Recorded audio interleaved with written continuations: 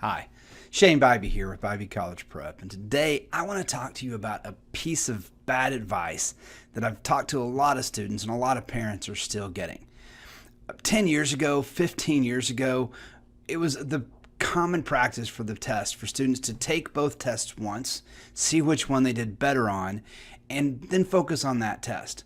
And that was good advice when two things were true. First, it was great advice when the tests were very different. Before 2016, when the new SAT came out, the tests definitely appealed to different types of students differently. The SAT was really for that kid who kind of got things quickly and got concepts quickly and could move on. And the ACT, the common logic was that it was for the grinder. It was for the student who was going to work really hard and get their grades by working hard. When the SAT came out with the new test in 2016, a lot of that changed. The two tests overlap quite a bit now, and most students that I work with today, I see a definite correlation, a coincidence between their two test scores. So rather than take both tests once and then see how you do, I have a different way of doing it. That old advice is bad for two big reasons. The first reason is the only person that benefits from that, anyone who benefits from that is College Board and ACT, because they get you to take one more test. You're just giving more money to them for a test that probably isn't going to help you if you go into it without any prep. The other reason, and this is really for that student's benefit, is that the student can narrow down, if they'll go through a set process of figuring out which test is right for them and then focusing on that test and preparing for that test, they'll many times cut out at least one test and may even cut themselves down to just having to take the SAT and SAT or ACT one time and just being done with the test. The tests do no benefit for humanity other than helping find out kind of where this student is academically. So narrowing that down, there's a really simple process to follow where you can narrow that down. The very first thing a student should do is have a score in mind. Know the score you need based on the colleges you want to go to.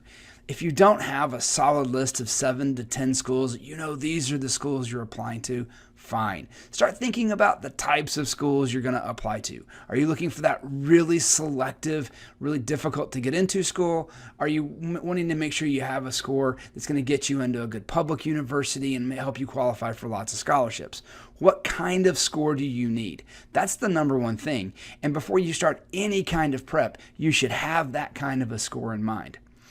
The second thing you can do is just take the free versions of the tests available that are online.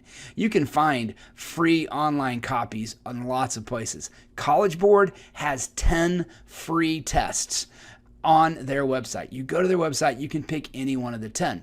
One piece of advice on doing that. When you go to College Board's website, if you're going to do a diagnostic test and pick that first test, pick Practice Test 7. Practice Test 7 has this weird thing about it that it's a little bit easier of a test, but anytime the SAT is a little bit easier, the scale score is a little bit tougher. So you're going to get a harder scale score even though the test may be a little bit easier. We can talk about what that means in another episode, but just know that the score is probably going to be 20 to 40 points lower what you might see on a regular test just due to variance between tests. That's actually a common thing in the testing environment. Take the Practice Test 7 from College Board. You want to take one of 5 through 10 because those are going to give you more realistic tests than 1 through 4 will. But take Practice Test 7. That's my recommendation. And then go to the ACT's website and get the free copy of an ACT that you can get off of their website. Get that copy, sit down, and do both of those tests. Do them for time. Do them in the same conditions, whether that's sitting at your kitchen table. Do them in one sitting if you can. If not, come back and do them. But the best thing to do is to sit down and do them in one sitting in the same conditions. If that's at your kitchen table, if it's at your desk in your bedroom, something that'll be like a testing environment, even though you won't perfectly recreate the testing environment. The absolute worst place is to do it in your bed before you go to bed at night and just work out a section. You are not going to get a realistic score that way. But sit down, take each test. Each one's going to take you about 3.5 hours to take it and score it.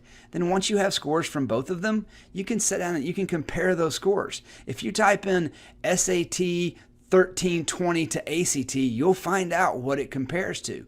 Pretty easy to do it on Google, pretty easy to do it in your search engine. Just type that in. You can actually find the official concordance. If you type in SAT, ACT concordance into your search bar, you will find the official concordance from College Board and ACT to tell you which scores are going to be the best ones.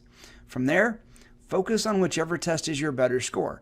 Now, most of the students I work with end up with scores that are extremely similar. When that happens, then you have to think about which test were you more comfortable with, which test did you dislike less, because you're probably not going to like either one of them. It's probably just going to come down to the fact that you disliked one less than you disliked the other. Focus on that one and then go all in on preparing for that particular test. Save yourself the stress. You don't have to take both. No college prefers one over the other. No college says we'll only accept one over the other. You can submit either score. You can use either score for the test. Focus on one. If down the road you've kind of maxed out the score and you decide, okay, I want to try the other one again, okay, fine, do that. But really, for your test, for your college application purposes, focus on the one test. Figure out which test is better for you before you start and focus on that test. I'm Shane Bybee with Bybee College Prep. I'm here to help you with your test prep needs. Let me know if you have any questions.